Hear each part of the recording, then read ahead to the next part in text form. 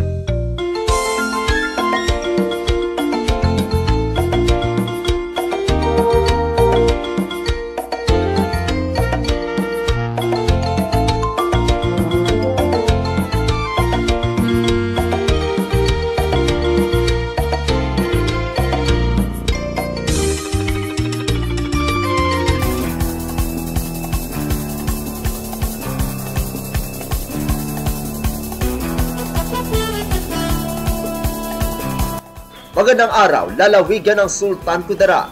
Narito na ang mga pangunahing balita sa Sultan Kudarat Headliners ngayong Agosto 19, taon 2023. Inspeksyon at ribbon cutting ng SKSU College of Medicine, pinangunahan ni Governor Mangudadato. Narito ang ulat. Pinangunahan ni Sultan Kudarat Governor Dato Pax Ali Sangki Mangudadato at Sultan Kudarat State University President Dr. Samson L. Mulao ang inspeksyon at pagsasagawa ng ribbon cutting sa gusali na kung saan itatayo ang kauna-unahang College of Medicine sa lalawigan ng Sultan Kudarat.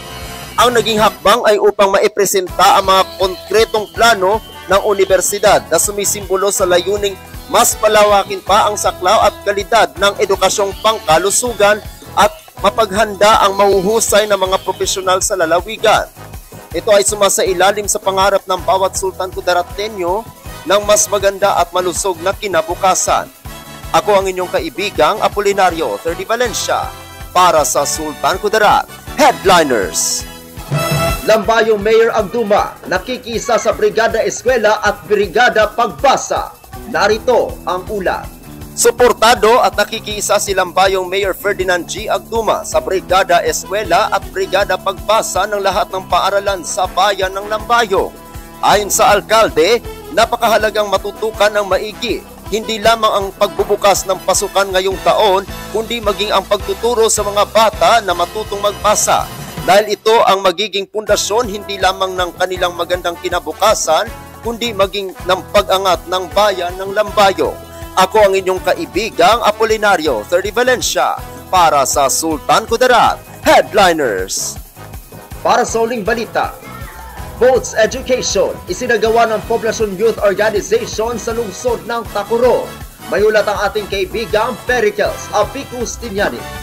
Isinagawa ngayong araw ang Voters Education na pinangunahan ng Poblacion Youth Organization ng lungsod ng Tacurong na ginanap sa Tacurong City Cultural and Sports Center. Maaga pa lang ngayong hapon, nagsimula ng magsalitain ng mga kabataan na mula pa sa iba't ibang paaralan, barangay at maging mga ibang organisasyon. Sa naturang aktibidad, tinalakay ang kahalagahan ng pagboto lalo na sa mga kabataan. Naging panauhin at resource speaker si Bayhana Pangalaw, isang 4th year law student ng SKSU Law School, kasama din si Ginoong Tuto Obrero na isa ring mag-aaral ng law school sa SKSU.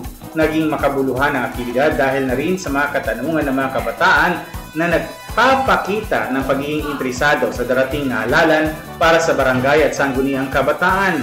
Ang aktibidad ay binuo ng Poblacion Youth Organization na pinamumunuan ni Estelfaith Sustiger kasama mga kasapi nito na sina Ryan Diquinia, Jessa Ada Stella Fano, Angel Salome, Judy Ann Serrano, Dark Jan Flamiano, Brian J. Fuentes, Kenneth Balimon at Joshua Paclibar. Ang aktibidad ay sinuportahan din ni Ginoong James Ryan Rafael na nandun din sa aktibidad.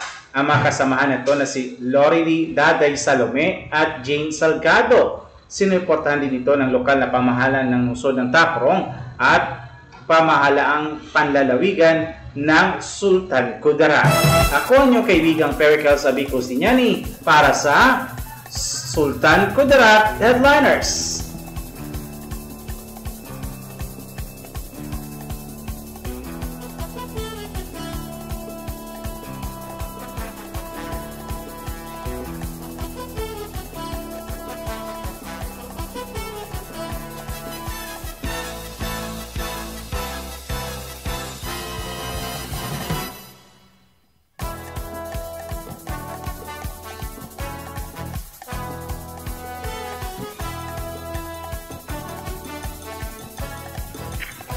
At yan ang kabuuan mga balita sa araw na ito.